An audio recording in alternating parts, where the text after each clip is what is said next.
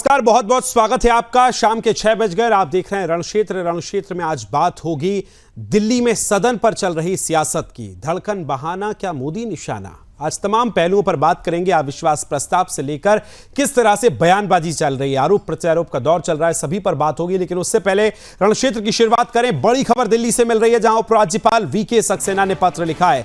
Chief secretary Delhi police commissioner को भी उन्होंने पत्र लिखा है और बांग्लादेश से आए घुसपैठियों पर सख्त कार्रवाई की बात कही गई है। इस पत्र में बांग्लादेशी घुसपैठियों से दिल्ली को तुरंत खाली कराया जाए। उपराज्यपाल ने कार्रवाई के लिए सख्त आदेश दिए हैं कि जल्द से जल्द कार्रवाई हो और दिल्ली में जो बांग्लादेशी घुसपैठिए रह रहे हैं उनसे दिल्ली को मुक्त कराया जाए। ये बड़ी खबर आपको बता रहे हैं। उपराज्यपाल वीके सक्सेना ने ऑर्डर भी जारी कर दिए और देखिए, ऑर्डर की कॉपी भी सुदर्शन न्यूज आपको दिखा रहा है। दिल्ली के उपराज्यपाल ने पत्र लिखा है और पत्र में chief secretary Delhi police commissioner को साफ तौर पर इस लेटर में कहा गया है कि बांग्लादेश से आए घुसपैठियों पर सख्त कार्रवाई हो और इन्हें दिल्ली से बाहर का रास्ता दिखाया जाए।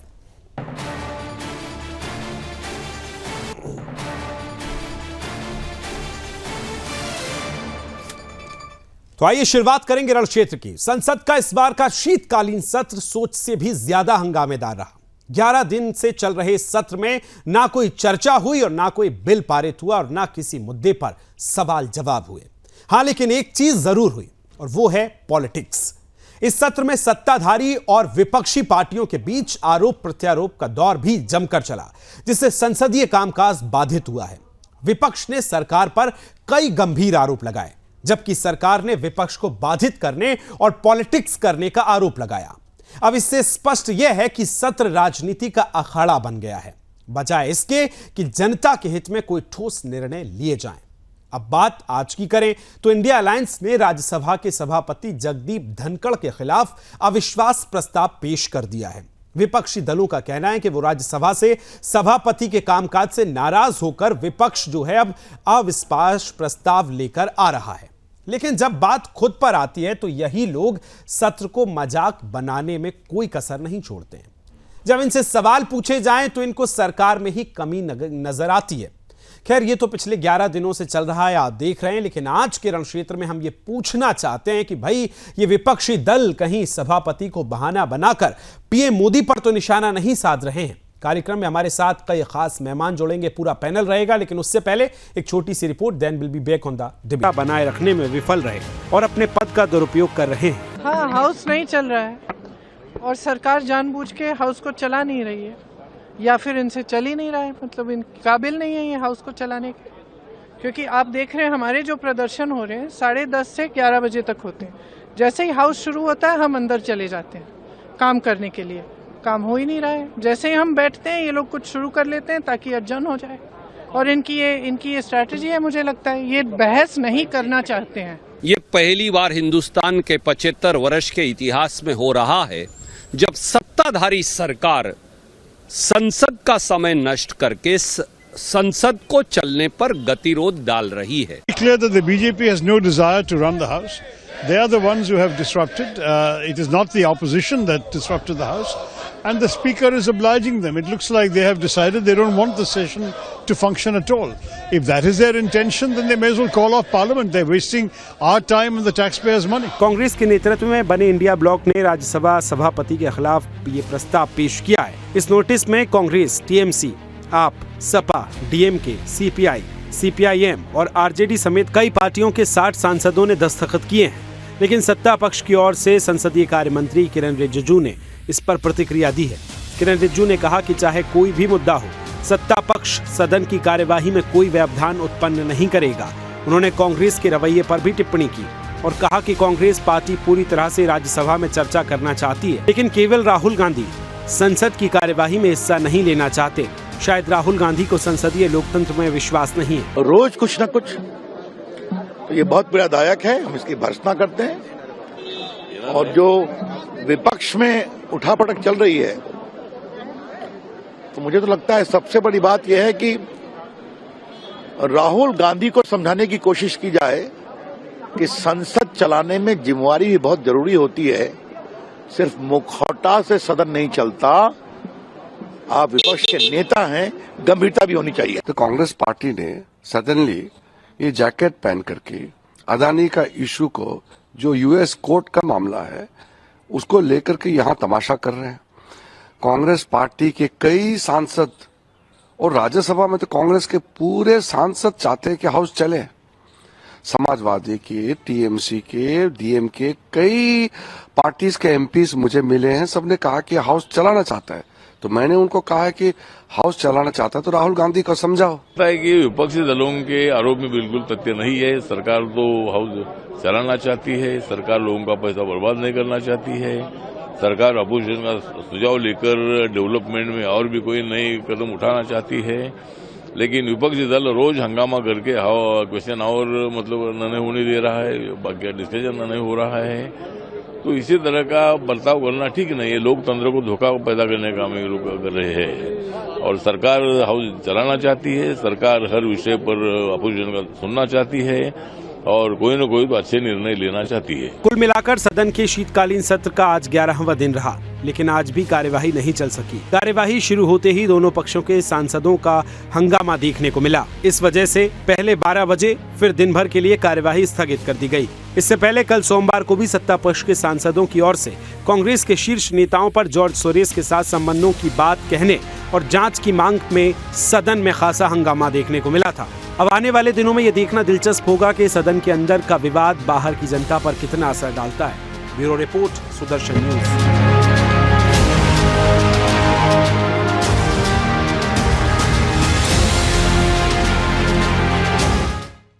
चर्चा की शुरुआत करेंगे। पूरा पैनल हमारे साथ जुड़ा है। खेमचंद शर्मा, नेता भारतीय जनता पार्टी से हमारे साथ जुड़ गए हैं। अमित तिवारी, प्रवक्ता कांग्रेस से। अमित शर्मा, नेता आम आदमी पार्टी से। सुरेंद्र स्वामी जी जुड़ रहे हैं, राजनीतिक विश्लेषक हैं और सदन को बड़ी बारीकी से कवर करने वाले। और हमारे ब्यूरो चीफ सौरभ तिवारी भी हमारे साथ जुड़ गए। चर्चा की शुरुआत सबसे पहले सौरभ आपके साथ ही करना चाहता हूं। भाई, इस बार तो सदन की कार्यवाही जिस तरह से 11 दिनों में देखने को मिली है, पहले कभी नहीं मिली। सदन में नेता अंदर जाते हैं और 15 मिनट बाद बाहर आ जाते हैं। आज क्या रहा, कितना दिलचस्प रहा और पूरा अविश्वास प्रस्ताव को लेकर जो विपक्ष ने घेरा है, सब कुछ बताइए सौरभ जी। देखिए, जो ये शीतकालीन सत्र है, विकास जब से शुरू हुआ है, लगातार संभल का मुद्दा हो, अडानी का मुद्दा हो, लगातार हंगामा हो रहा है। और इस बार भारतीय जनता पार्टी ने भी राहुल गांधी और कांग्रेस पार्टी पर हमले बोले हैं सुरेश के मुद्दे को लेकर। और देखिए, जाहिर सी बात है, जिस तरह से आज दोपहर में 1:30 बजे के आसपास राज्यसभा के जो सभापति हैं, इतिहास में पहली बार ऐसा हुआ है कि उनके खिलाफ अविश्वास प्रस्ताव लाने की तैयारी विपक्ष कर रहा है। लेकिन मैं ये जानकर हैरान हूँ कि आपको 14 दिन पहले इसका नोटिस देना होता है, लेकिन अब जो 20 तारीख समय है, अब 14 दिन तो होता नहीं है। तो फिर आप लाना क्या चाहते हैं? जो हमने दिया है कि धनकर तो बहाना है, मोदी निशाना है। ये नरेंद्र मोदी पर हमला करना चाहते हैं, भारतीय जनता पार्टी पर। और देखिए, जाहिर सी बात है, जिस तरह से लोकसभा में उनका बहुमत नहीं है, राज्यसभा में बहुमत नहीं है। देखिए, अगर बाई चांस राज्यसभा में वो पास कर लेते हैं अविश्वास प्रस्ताव, तो लोकसभा में लाना होगा। लोकसभा में बहुमत नहीं है, दोनों सदनों के पास उनके पास बहुमत नहीं है, फिर भी वो लेकर आना चाहते हैं। प्रियंका गांधी हो, प्रियंका गांधी इस बार लोकसभा से जीत के, जो उपचुनाव हुआ था वायनाड से, उनके भाई राहुल गांधी ने वो सीट खाली की थी, उससे जीत के आई हैं। वो भी लगातार मुखरता के साथ बोल रही हैं। जो किरण रिजिजू हैं, संसदीय कार्य मंत्री हैं, जगत प्रकाश नड्डा हैं, जो राज्यसभा में विपक्ष के नेता हैं, माफ़ कीजिए सत्ता पक्ष के जो नेता हैं, जगत प्रकाश नड्डा जी स्वास्थ्य मंत्री हैं, वो लगातार हमले कर रहे हैं। तो जाहिर सी बात है, जिस तरह से सत्ता पक्ष और विपक्ष के बीच घमासान चल रहा है, तो जनता का जो पैसा है वो बर्बाद हो रहा है वाकई। और 11 दिनों में तो यही देखने को मिला इस बार का पूरा जो सत्र रहा है। लेकिन तिवारी साहब, चूंकि अब आप प्रस्ताव ला रहे हैं, आपने नोटिस दिया है, तो चर्चा की शुरुआत फिर आपसे ही करूंगा, राजनीतिक चर्चा। आप इससे पहले भी डिप्टी चेयरमैन के खिलाफ लाए थे, हरिवंश सिंह थे, मुझे याद है, उस समय भी आप लाए थे। और इस बार तो आप चेयरमैन के खिलाफ नोटिस निकाले हैं। तो सबसे पहले तो इस नोटिस का जिक्र करते हैं, क्या कुछ है और अविश्वास प्रस्ताव क्यों? प्रस्ताव इसलिए कि हम सभी बहुत विवश हो गए। हमने कभी भी संसदीय कार्य प्रणाली में ऐसा नहीं देखा। ऐसा जो राज्यसभा के पदेन सभापति हैं हमारे धनखड़ साहब, जो इनका रवैया विगत दिनों से विपक्ष के लिए रहा है, सदैव सत्ता के लिए सत्ता की ढाल बन करके खड़े रहे हैं। इन्होंने सदैव और सदैव विपक्ष को दबाने का सदन में प्रयास किया है। देखिए, सत्ता अपने तरीके से विपक्ष को कैसे टैकल करती है वो एक अलग विषय, लेकिन एक जिम्मेदार पद पर और संवैधानिक पद पर बैठा व्यक्ति, जिसके लिए दोनों बच्चे एक ही जैसे हैं, दोनों सदन की गरिमा है, परपाटी है, उसको इन्होंने तार तार करने का प्रयास किया, जिसका मुझे भी दुख है और पूरी कांग्रेस पार्टी और विपक्षी दलों का भी दुख है कि जिस प्रकार से इन्होंने अपने वक्तव्यों के माध्यम से और सदन में जनता की आवाज को दबाने का प्रयास किया, वो बहुत ही मतलब कह सकते हैं कि बहुत ही हृदय विदारक। थोड़ा और विस्तार पे चलते हैं, फैक्चुअल चलते हैं, किस तरह से दबाया, एक दो केसेस आप बता देंगे तो खेमचंद शर्मा जी से आंसर लेने में थोड़ी सरलता हो जाएगी। देखिए, जब कभी भी विपक्षी सांसदों पर कार्रवाई का जिक्र हो, कभी भी बोलने को लेकर के हो, हमने एक बार नहीं सैकड़ों बार जब विगत दिनों देखा है, पूरी पार्टी ने देखा है, विपक्षी सांसदों के प्रति जो उनका रवैया है, वो सदन में उनको बोलने ना देना से लेकर के उनकी बातों को ना सुना जाना, ये दिखाता है। देखिए, ये सब पर पार्टी और जो लिखी गई स्क्रिप्टेड जो कथा है वो भारतीय जनता पार्टी की है, जबकि उन्हें उस कथा को ना पढ़ करके जो संसद के आदर्श मूल्य और नीति थी उनको फॉलो करना चाहिए था। अमित शर्मा जी, आप कितना इत्तेफाक रखते हैं इस बात से और इस पूरे अविश्वास प्रस्ताव को लेकर, क्योंकि कई लोगों ने साइन तो किए हैं इसमें, लेकिन अभी भी विपक्ष के कई सारे नेता ऐसे हैं। समाजवादी पार्टी के राम गोपाल जी से आज पूछा गया कि आप प्रस्ताव लाने वाले हैं, तो बोला कि हमें तो साफ जानकारी नहीं है। तो आपको तो जानकारी है कि नहीं अमित शर्मा जी? देखिए, एक उम्मीद होती है हर नेता को कि हम सदन में जाकर के अपनी बात को रखेंगे, अपनी पक्ष को रखेंगे, और हर पार्टी अपनी पक्ष को रखना चाहती है। उनके पास एक ही हथियार होती है, वहां जाकर के किसी पार्टी का ना सुनना, अपनी भारतीय जनता पार्टी का या सेंटर में जो पार्टी पूर्ण बहुमत में है उनकी सुनना, ये देश की जनता के लिए अन्याय है। और जो देखिए, सड़क से लेके अगर सड़क पे हंगामा करते हैं तो जेल में उठा के डाल देते हैं, अगर संसद में हंगामा करते हैं तो अब सदन बंद कर देते हैं, अब सदन चलने से रोक देते हैं, स्थगित कर देते हैं। तो आम जनता की आवाज कहां उठाई जाए और कहां उनकी बातें रखी जाए कि आगे सुनवाई हो? और दो ही रास्ता होती है, एक सड़क पे होती है, एक संसद पे होती है। आप दोनों जगह से मजबूत हो, दोनों जगह से बंद कर दे तो आप किसी को बेगुनाह को जेल कर रहे हो, गुनहगार को छोड़ रहे हो, अडानी जैसे अंबानी जैसे लोगों पे आप मेहरबान हो रहे हो। इस बात का चर्चा आखिर किया जाए तो कहां किया जाए? और किया जाए तो आप स्थगित कर देते हो, आप रोक देते हो कि नहीं जी सदन हम चलने नहीं देंगे, आप 24 घंटे के लिए इसको स्थगित कर दिया जाए, आपको नोटिस देनी पड़ेगी। सारा कानून विपक्ष के लिए होती है। ठीक है Sharma ji, point taken. Opening comments में ले लूं। खेमचंद शर्मा साहब, आपके पास आ रहा हूं। सड़क से लेकर सदन तक विपक्ष आरोप लगा रहा है कि आप बोलने नहीं दे रहे हैं। आपके जो तमाम नेता हैं वो सड़क पर भी, उनके साथ अगर वो सड़क पर उतरते हैं तो उनको जेल में डाल दिया जाता है, और अगर बात की जाए उपराष्ट्रपति जी की तो वो भी भेदभाव कर रहे हैं, ऐसे आरोप लगा रहा है विपक्ष। क्या कहेंगे सर? जय श्री राम विकास जी। जी नमस्कार, जय श्री राम। आपने अपने चैनल पर देखिए विपक्ष को कितना रिप्रेजेंटेशन दिया हुआ है। पहले विपक्ष को बुलवाया है, फिर पक्ष को बुलवा रहे हैं। वैसे इस संसद में भी हो रहा है, वैसे रोड पे भी हो रहा है, लेकिन इनके पास कुछ है नहीं। अगर कुछ होता तो इफेक्टिवली जनता सुनती।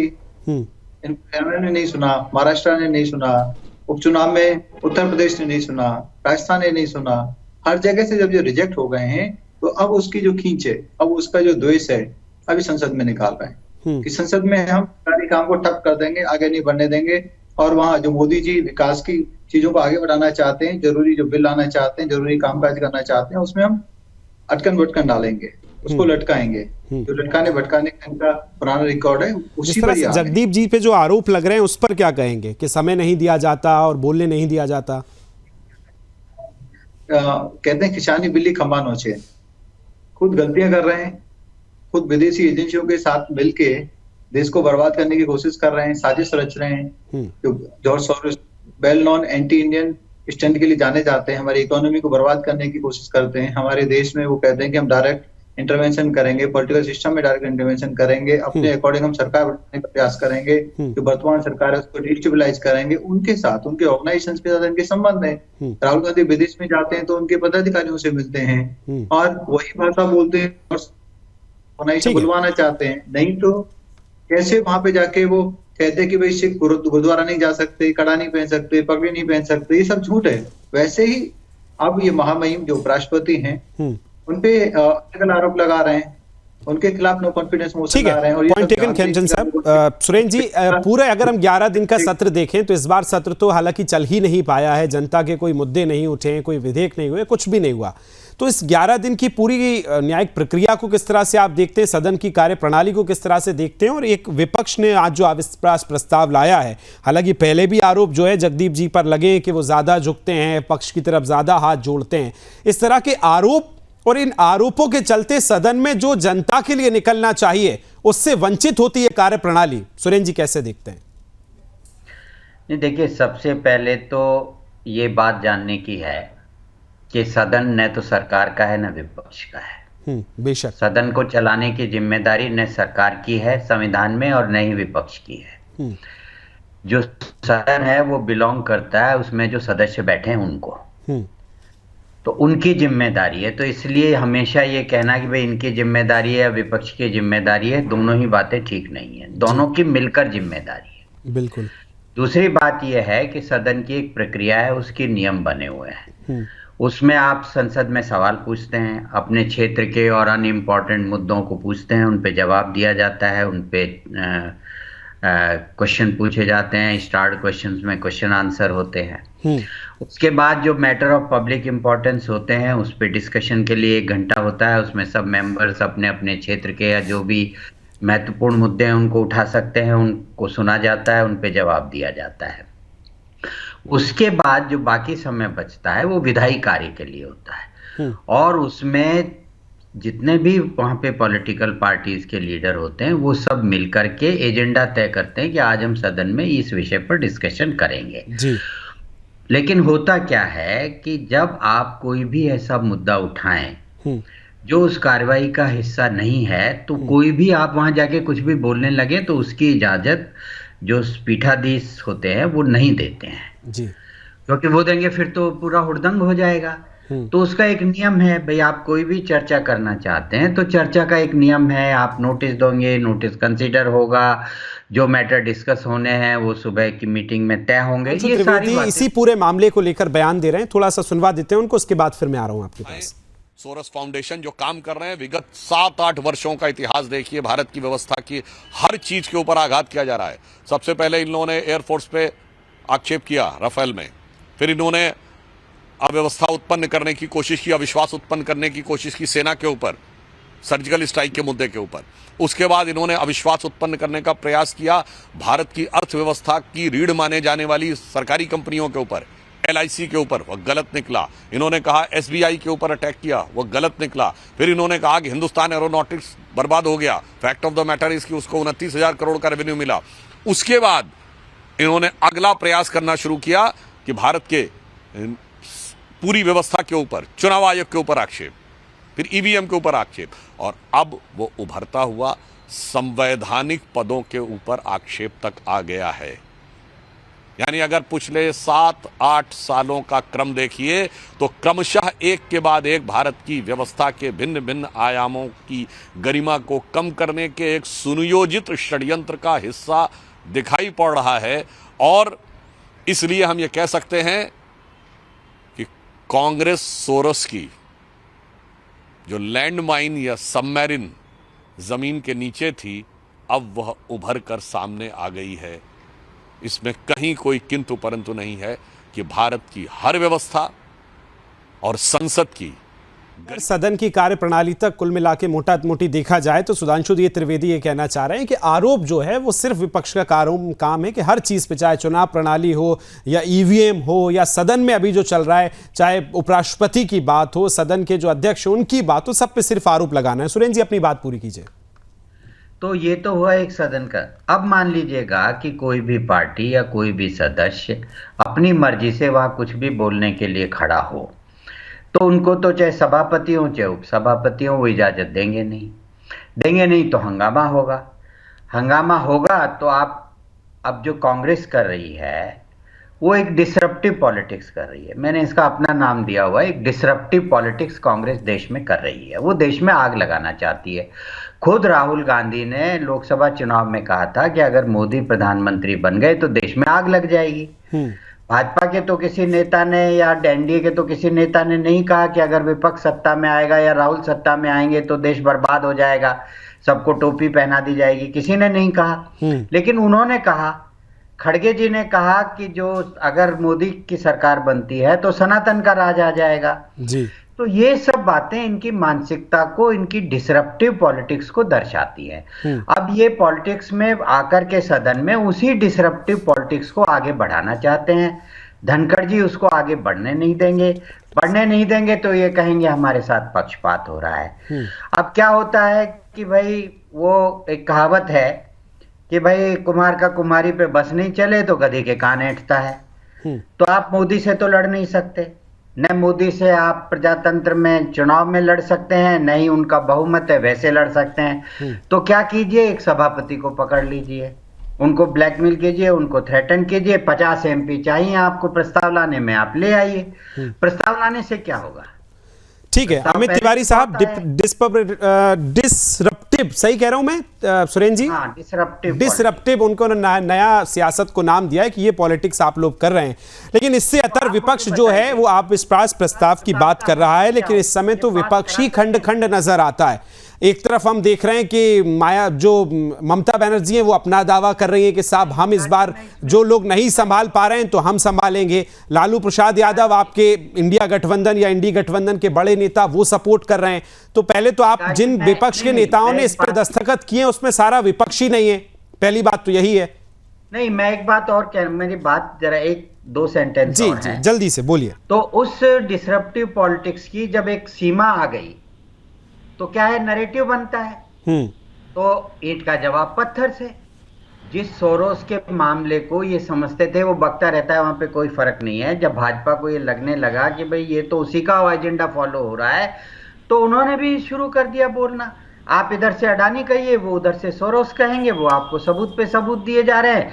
आप कहिए कि ये सबूत गलत है, आप जांच करवा लीजिए। अब जांच होगी तो वो सब बातें तो रिकॉर्ड पे हैं, वो रिकॉर्ड पे सब सामने आएंगी कि क्या हुआ है, किसको कहां से फंडिंग हो रही है, किसने क्या प्रेस कॉन्फ्रेंस में बोला है। एक लास्ट सेंटेंस मेरा ये है, मैं आपको बताना चाह रहा हूं, जो आपके दर्शकों को भी जानना चाहिए कि पहले ये कहते थे हम इनके दो, मतलब हमारे दो, हम दो, हमारे दो, मतलब मोदी और अमित शाह और अडानी और अंबानी, हम दो हमारे दो। अब इन्होंने अंबानी को छोड़ दिया। क्यों छोड़ दिया वो मैं बता देता हूं आपको, ये मेरा लास्ट सेंटेंस है। कि जो जॉर्ज सोरोस है उसने 3 साल पहले एक प्रेस कॉन्फ्रेंस करी। उस प्रेस कॉन्फ्रेंस में उसने कहा कि मोदी तानाशाह है, पाकिस्तान अच्छा है, कश्मीर पाकिस्तान को मिलना चाहिए, और वो अडानी के साथ मिलकर के और इस देश को, भारत में लोकतंत्र को खत्म कर रहा है। और मैंने उसके लिए 8,500 करोड़ रुपया भारत के लोगों के लिए रखा है, जो उसने इन लोगों को दिया है। किसको दिया है वो जांच में आ जाएगा। ठीक है। तो मैंने 8,500 करोड़ रुपया दिया है। लेकिन उसके बाद उसने एक सेंटेंस और बोला लेकिन मुझे लगता है कि मेरे जीते जी ये हो नहीं पाएगा। उसको भी डाउट है कि भारत का लोकतंत्र, भारत के लोग इतने मजबूत हैं कि उसकी जो कॉन्स्पिरेसी है, उसकी जो बदमाशियां हैं, वो जो करना चाह रहा है वो नहीं होने देंगे। तो उसने ये भी कहा। तो अब क्या है कि इसलिए अंबानी हट गया। ठीक है, अब इस पे जवाब मैं अमित तिवारी से ले लेता हूं। अमित तिवारी साहब, आप सदन पहुंचे तो सबसे पहले आप अडानी के फोटो और प्रधानमंत्री के फोटो को लेकर प्रदर्शन करें 11 दिन। अगर वो सोरोस एजेंडा चलाने के आरोप आप पर लगाएं तो फिर आप कहें कि बात नहीं रखने दी जा रही है। नहीं, देखिए, पहली बात तो जब हम सदन पहुंचते हैं तो हम सदन अपने समय से पहुंचते हैं। अपने समय के पहले हम सदन के बाहर सांकेतिक हमारा जो प्रदर्शन है वो करते हैं। हम चाहते हैं कि सदन के अंदर एक सार्थक और सारगर्भित परिचर्चा हो जिसमें जनता का भला हो। लेकिन ये भारतीय जनता पार्टी सदैव संसदीय प्रणाली से बचती आती रही है। और हम तो कहते हैं प्रधानमंत्री जी की 56 इंच की छाती है, अगर उनकी 6 इंच की छाती ना हो तो मैं चुनौती के साथ कांग्रेस पार्टी कहती है कि अडानी मुद्दे पर भी चर्चा कर लो और सोरस पर भी चर्चा कर लो। दूध का दूध नहीं मिली महाराष्ट्र में, नहीं बोला भाई। पूरे विपक्ष को 56 सीटें नहीं मिली। यार, ब्राह्मण होकर के कांग्रेस के प्रवक्ता होकर 6 इंच की छाती हो, उसका 10 इंच का, उसकी 2 इंच, क्या बकवास करते हो? वो कोई तरीका है? अरे लोग, हमारे बीच की बहस नहीं है, ये इनके जो दर्शक हैं जो इनको वो सुनते हैं। आप बोलिए ढंग की बात।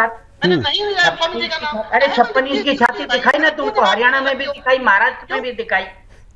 तुम्हारे 56 चुन के नहीं आए। जब मैंने आपसे सवाल ही नहीं किया तो आपको जवाब देने का सवाल किया तो आप इस तरह की बात क्यों करेंगे? हम बैठे हैं ना पैनल में, आप यहाँ गाली बकेंगे बैठ के प्रधानमंत्री को?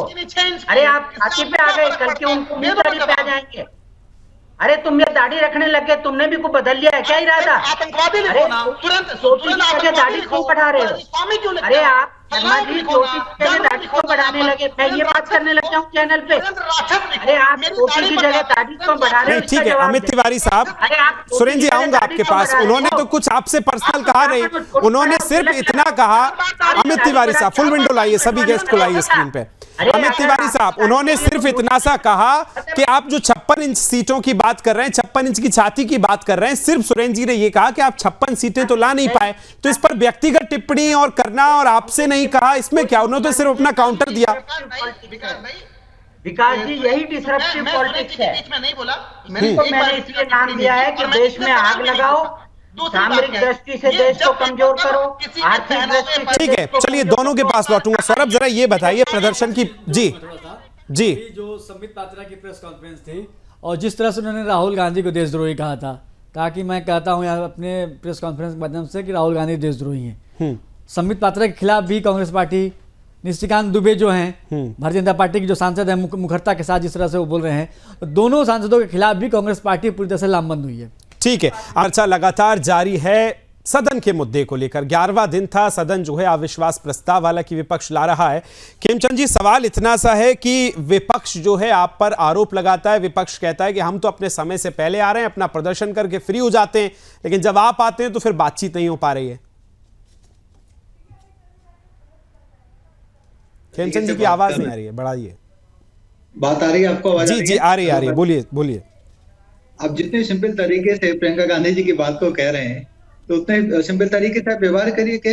कैसे हाउस को सभापति अर्जन कर देंगे? आप तो हंगामा करते हैं, जैसे हाउस शुरू होता है आप अपनी बातों को लेके बीच में आ जाते हैं, सदन की कार्रवाई को नहीं चलने देते। और आप क्या कह रहे हैं कि आप तो सुबह सिर्फ सदन के बाहर हंगामा करते हैं या फिर धरना प्रदर्शन करते हैं, उसके बाद शांतिपूर्ण तरीके से आप हाउस में बैठते हैं। आप बोलो तो सही, आपने खड़े होकर कभी बोला कि हम हाउस चलाना चाहते हैं, हम यहाँ पे शांतिपूर्ण तरीके से बैठे हैं, हम हंगामा नहीं करेंगे, हम चर्चा चाहते हैं, हम चर्चा करेंगे? कहीं कहा आपने? नहीं कहा। आप तो हंगामा करते हैं और आप तो डिक्टेट कर रहे हैं। आप तो कह रहे हैं कि हाँ हम जो कहते हैं, जो जॉर्ज सोरोस ने जो आपको मैसेज भेजा है या चिट्ठी भेजी है या फिर आपको इंस्ट्रक्शन दिए, उसके अकॉर्डिंग आप संसद को चलाना चाहते हैं, डिक्टेट करना चाहते हैं। संसद की अपनी मर्यादा है और नियम है, उस नियम और मर्यादा के तहत सभापति आपको समय देने के लिए तैयार भी हो गए थे। कहा भी था कि आपको हर मुद्दे पे समय मिलेगा, लेकिन आप मर्यादा का उल्लंघन ना करें।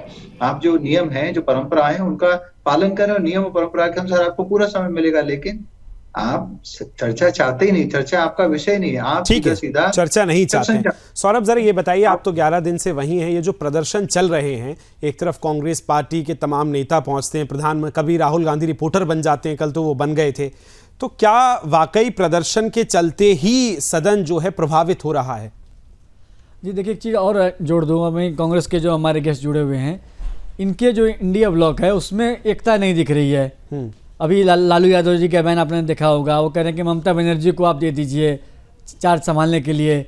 समाजवादी पार्टी अखिलेश यादव कुछ अलग रुख रहा है। तमाम जो इनके गुट के जो लोग हैं, वही जब आप खुद एकजुट नहीं रह रहे हैं तो आप भारतीय जनता पार्टी जैसे इसमें मजबूत स्थिति में है। लेकिन एक चीज हमें और समझना होगा विकास, कि 2014-2019 वाला विपक्ष नहीं है इस बार, क्योंकि जो विपक्ष था पहले वो कमजोर था। इस बार 240-245 वाला विपक्ष है, तो इसलिए परेशान तो करेगा ही। ये भारतीय जनता पार्टी भी अच्छी तरह जानती है और कई बार जो उनके नेता हों, चाहे किरण रिजिजू हों, चाहे जगत प्रकाश नड्डा हों, हम लोग से बातचीत में बोल रहे हैं कि इस बार जो विपक्ष की संख्या बढ़ी है तो विपक्ष लेके अहंकार भी बढ़ गया विपक्ष के अंदर। जी बिल्कुल, लेकिन मैं अमित शर्मा जी आपके पास आ रहा हूं। कहते हैं कि मिले सुर मेरा तुम्हारा तो सुर बने हमारा, पर यहां तो सभी के अपने अपने सुर हैं सर। सबसे पहले तो विपक्ष को खुद तय करना पड़ेगा ना। वो कहते हैं ना किसी हमनशी ना हम सफर से निकलेगा, हमारे पैर का कांटा हम ही से निकलेगा। ममता बनर्जी कह रही है कि जो नहीं संभाल पा रहे हैं, यानी राहुल गांधी, उनको साइडलाइन कर दिया जाए, हमें जिम्मेदारी मिले। अखिलेश यादव अपना दावा कर रहे हैं, लालू जी अपना जो है ममता बनर्जी को सपोर्ट कर रहे हैं। तो खंड खंड विपक्ष है, तो पहले विपक्ष तो एक हो। देखिए हर एक पार्टी और हर एक नेता का अपना अपना प्रतिक्रिया है, लेकिन काफिला चलाने के लिए अकेला चलना बहुत महत्वपूर्ण की बात है, जो राहुल गांधी अपना चल रहे हैं और अपनी मार्गदर्शिता पे है। नहीं तो आम आदमी पार्टी की तरफ से विपक्ष का चेहरा राहुल गांधी है। या अरविंद केजरीवाल भी हो सकते हैं? देखिए जब इंडिया गठबंधन हुआ था तब आम आदमी पार्टी ने इंडिया गठबंधन को समर्थन किया था। इंडिया गठबंधन ने राहुल गांधी को समर्थन किया था। राहुल गांधी को विपक्ष का नेता चुना गया था। रह गई बात ना, तो अभी मैं स्वामी जी की बात सुन रहा था, बड़ी अच्छी सेंटेंस बोली थी उन्होंने कि भारतीय जनता कांग्रेस ने जगह जगह जा करके ये बोला था कि देश में आग लग जाएगी अगर भारतीय जनता पार्टी आएगी। तो इस चुनाव को बड़ी बारीकिता से हमने भी देखा था और हमने भी बहुत अच्छी सोच समझ रखी थी कि इसमें संविधान के ऊपर लड़ाई हुई। पूरे देश में लड़े अगर कोई तो संविधान की लड़ाई। भाई थोड़ा सा कंफ्यूज होते नजर आ रहे हैं। देखिए, आप कह रहे हैं कि हमारा विपक्ष पूरा एक है, लेकिन आप हरियाणा में चुनाव लड़ते हैं, दोनों अलग हो जाते हैं। अब क्या आप इंडिया गठबंधन के साथ दिल्ली में भी लड़ रहे हैं, क्योंकि दिल्ली में तो आप इंडिपेंडेंट उतार रहे हैं? तो क्या ये गठबंधन चुनाव के लिए है या फिर प्रदर्शन करने के लिए? सब साथ हैं, चुनाव हो तो भाई आप अपना हम अपना। मैंने अभी आपको क्या बोला कि तो अलग अलग हैं। अखिलेश यादव का बयान आपने देखा, बिल्कुल सब अपने अपने दावे का बयान देख लीजिए। कई मुद्दे भी इनके साथ नहीं है ना, दिक्कत तो यही इनके साथ। शर्मा जी बोलिए। देखिए, मैंने आपको क्या कहा कि जब लोकसभा चुनाव चल रहा था, देश की संविधान बचानी थी, इंडिया गठबंधन के साथ आम आदमी पार्टी पूर्ण तरीके से खड़ा था, पूरी शक्ति के साथ खड़ा था। और लोकसभा के लिए, देश की संविधान के लिए, देश बचाने के लिए आम आदमी पार्टी हर एक शख्स के साथ खड़ा रहेगा जो देश के साथ खड़ा रहेगा। दूसरी बात, लोकल चुनाव है, क्षेत्रीय चुनाव है। क्षेत्रीय चुनाव में मिजाज अपना अपना है। कांग्रेस का अपना डिसीजन है, आम आदमी का अपना डिसीजन है, लेकिन आम आदमी कभी भी देश के साथ, देश के लोगों के साथ धोखा होने नहीं देगा। अच्छा, अभी आप क्या चाहते हैं, विपक्ष का चेहरा कौन हो? देखिए, अभी विपक्ष का चेहरा राहुल गांधी को बनाया गया था। राहुल गांधी ठीक है। हाँ, राहुल गांधी, ममता बनर्जी कह रही है मुझे होना चाहिए। मैंने क्या बोला कि हर एक पार्टी का, हर एक नेता का अपना अपना एक ओपिनियन है कि वो बेटर कर सकते हैं, हम बेटर कर सकते हैं। ठीक है, सुरेन जी से पूछता हूं। सुरेन जी, अविश्वास प्रस्ताव की ये जो बात हो रही है, दोनों ही सदन को अगर हम देखें और टेक्निकल रूप से देखें तो क्या ये संभव है? क्या प्रस्ताव लाया जा सकता है या सिर्फ प्रस्ताव दिखाने के लिए है? नहीं, लाने में तो कोई दिक्कत नहीं है।